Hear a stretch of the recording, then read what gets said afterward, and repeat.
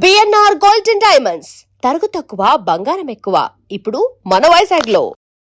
ఎవడండి శంకరాభరణం కదా, ఆ జేవి సోమయాజులు ఆయన్ని చక్కగా మోల్డ్ చేసి శంకరాభరణం సినిమా చేసి శంకరాభరణం రిలీజ్కి ముందు బిజినెస్ పీపుల్ కోసం 100 రోజులు 100 షోలు వేశారండి మెడ్రాస్లో. 100 షోలు వేశారు.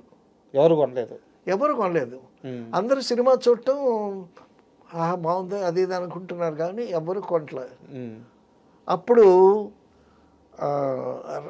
మనోరమ అని తమిళ ఆర్టిస్ట్, మేజర్ సుందరరాజన్ వాళ్ళిద్దరు కలిసి మెడ్రాస్ తీసుకున్నారు. తర్వాత ఎంఎస్ రెడ్డి గారు నెల్లూరు తీసుకున్నారు. ఎంఎస్ రెడ్డి గారు ఏదైనా సినిమా కొంటే అది ఫ్లాప్ అవుతుంది అనేటటువంటి నానుడు ఉంది అప్పుడు. ఓకే, ఎంఎస్ రెడ్డి గారు కొన్నారు కాబట్టి ఈ సినిమా గోవిందా అనుకున్నారు.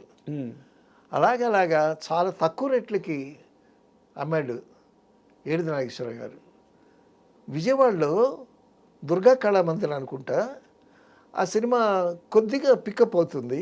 కొద్దిగా పికప్ అవుతుంటే ఏడిది నాగేశ్వరరావు గారిని ఈ సినిమా నేను కొంటానంటే చాలా తక్కువ రేటుకి ఇచ్చాడంట.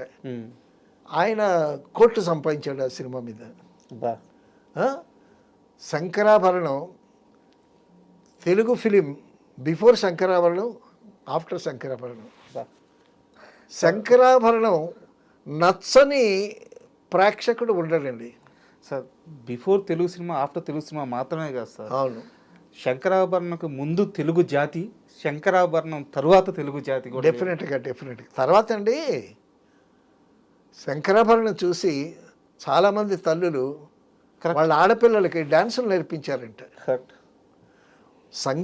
సంగీతమా నృత్యమా ఏమి సినిమా అండి అది, కళాఖండం అది. శంకరాభరణం అంటే శంకరాభరణమే, దాని గురించి వేరే చెప్పాల్సినట్టు అవసరం లేదు. బాలసుబ్రహ్మణ్యం అయితే పారిపోయాడు, నేను ఈ పాటలు పాడనని పారిపోయాడు. కేవి మహాదేవన్ గారు అసిస్టెంట్ పోహళింది వెళ్ళి లాక్కొచ్చి నీ వాయిస్ ఆల్రెడీ పరిచయం అయింది జనాలకి, నువ్వే పాడతావు అదే ఇదని చెప్పి ఆయనకి మారల్ బూస్టప్ ఇచ్చి పాడించారు. సో శంకరాభరణంలో ప్రతి అంశము అద్భుతమే. సంగీతమా, సాహిత్యమా. జంజాల గారు చెప్పిన విషయం ఏంటంటే సినిమా మొత్తం డైలాగులు 4 పేజీలు. అవునా? ఓన్లీ 4 పేజీలు. ఆయన ఆ సినిమాలో సోమయాజులు గారు ఎక్కువ మాట్లాడరు కదా అసలు. ఎక్కువ మాట్లాడు. అమ్మాయి కోర్టులో బయటకు వచ్చిన తర్వాత ఈ అమ్మాయిని తీసుకొని వెళ్ళిపోతుంటే వాళ్ళ మదరు వాళ్ళ బ్రదర్ అనుకుంటారు, నీ అంతు తెలుస్తాము అది అని చెప్పి అరుస్తా ఉంటారు. ఆయన అలా వస్తాడు, ఒక్కసారి ఆ లుక్ ఇస్తాడు, అంతే. అక్కడ డైలాగ్ ఉండదు. అవును, బాగా గుర్తు నాకు. తర్వాత అండి ఈ విషయం చెప్పాలి. నేను శ్రీకాకుళం జిల్లాలో టీచర్గా పనిచేశాను, తెలుగు పండిట్గా చేశాను. శ్రీకాకుళంలో ఉంటూ శ్రీకాకుళంలో ఒక రూమ్ తీసుకొని స్కూల్కి వెళ్ళి సాయంకాలం వచ్చి అక్కడే నాటకాలు, రిహార్సల్స్, ఫ్రెండ్స్ అంతా ఉండేది. అక్కడ మేము నాటకం వేసేటప్పుడు, జన్మభూమి నాటకం వేసేటప్పుడు నాకు బెస్ట్ యాక్టర్ అవార్డు చేతుల మీదుగా జేవి సోమయాజులు గారు ఇచ్చారు. జేవి సోమయాజులు గారు టాపిక్ వచ్చింది కాబట్టి అండి నా ఎక్స్పీరియన్స్, ఒక చిన్న ఎక్స్పీరియన్స్ చెప్పండి.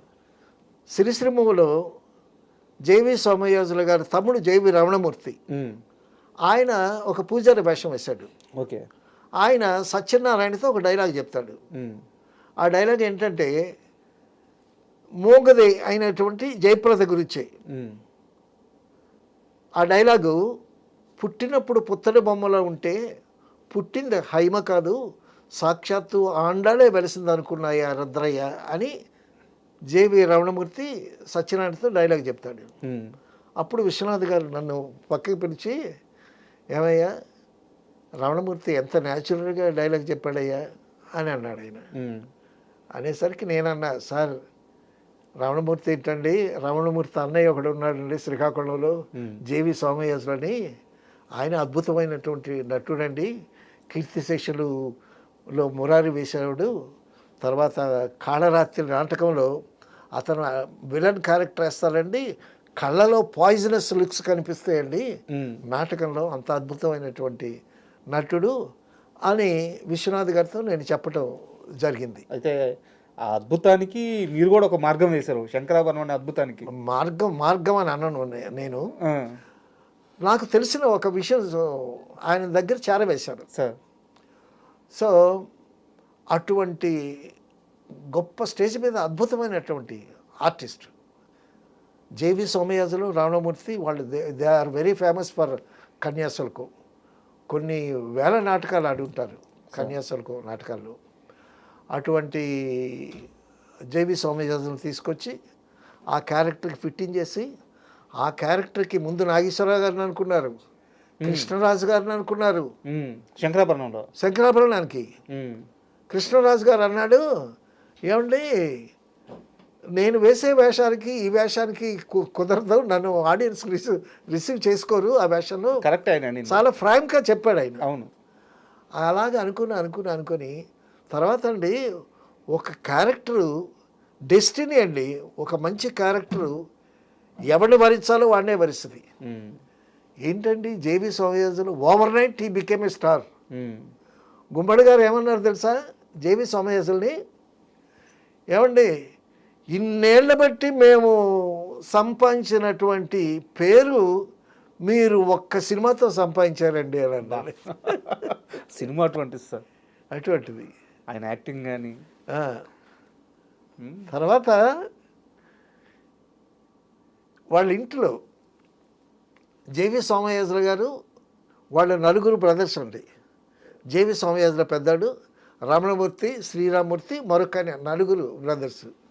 సో శంకరాభరణం రిలీజ్ అయిన తర్వాత ఇంట్లో డిస్కషన్, వాళ్ళ మదరు ఏమని